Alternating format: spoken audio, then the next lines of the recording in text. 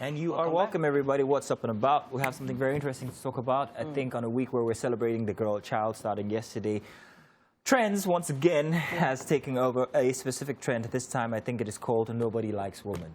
Nobody like woman. Yeah. Nobody like woman. I think from my very sketchy, about it, it's a Simi, it has a Simi origin. That's Simi the singer.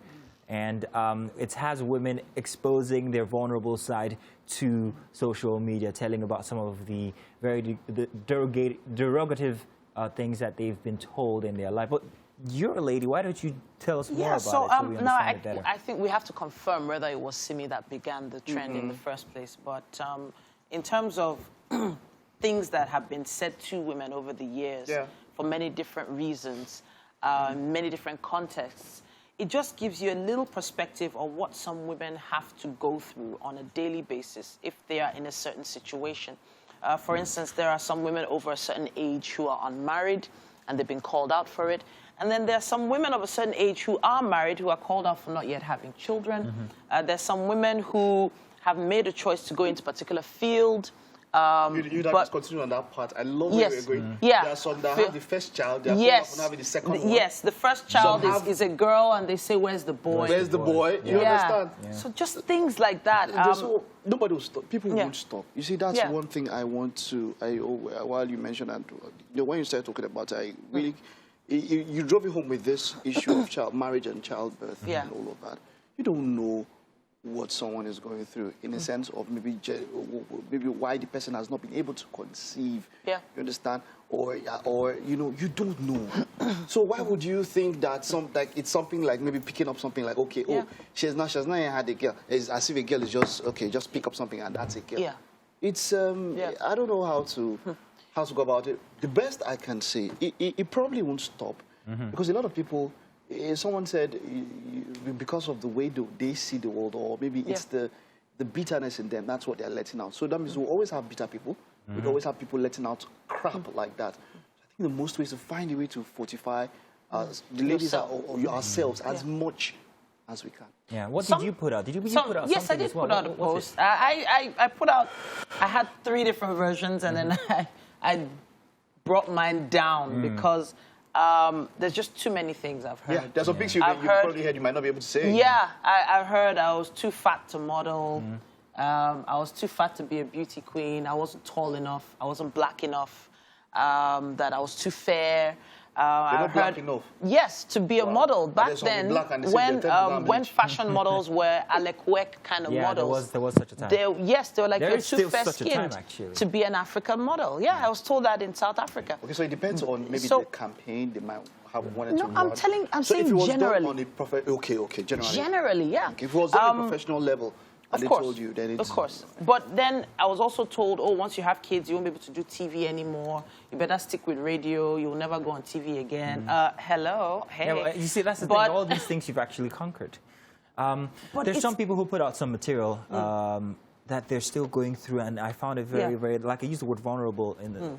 It's an expose into what women are going through, and I find it very interesting. But I'm asking, what's the mechanism for after we've been brought to this acknowledgement that women are actually going through these adversities in society, especially from men sometimes even. So is there a mechanism that might take it on to another level, this movement? Because it's something that this is a good trend. We talked about trends yesterday, didn't we? And that was something that wasn't very good. But this one seems very healthy. So what next? So healthy, it'll be healthy if the right people are viewing this trend. Hopefully there are some men, young men especially, looking out for what these women are saying, because in the end, I believe some women are at fault for not giving their boy children the education, the right information they need before they say something. So I'm just saying that most of the time we get it from the men. But I'll say something But here. there are a lot of women that are also calling out other women for that. I would say for that one. Yeah. I think it's even the women that give it out. Yeah, so I'm telling you that you can't say that. There's you will be shocked that maybe when it even comes to childbirth, when it comes to clothes, when it comes to how they dress, skin color, body type. It's the women. It's the competition that they have between themselves. You guys can't say that. We really care so much. You'll be surprised, I say the women more. I said we don't care so much.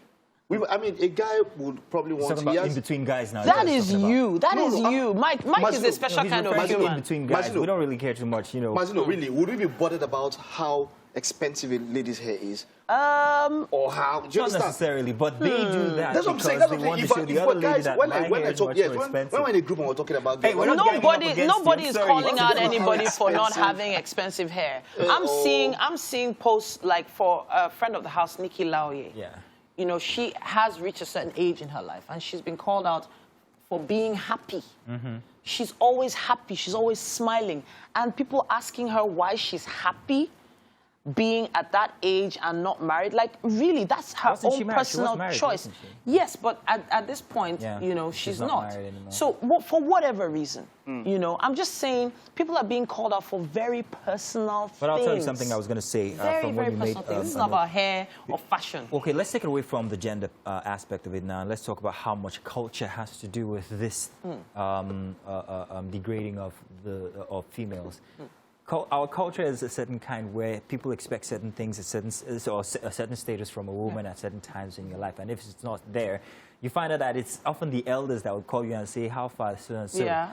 Now you find that trickling down the generations, and then your peers are also calling you out. So culture is also something that needs to be affected when it comes to these.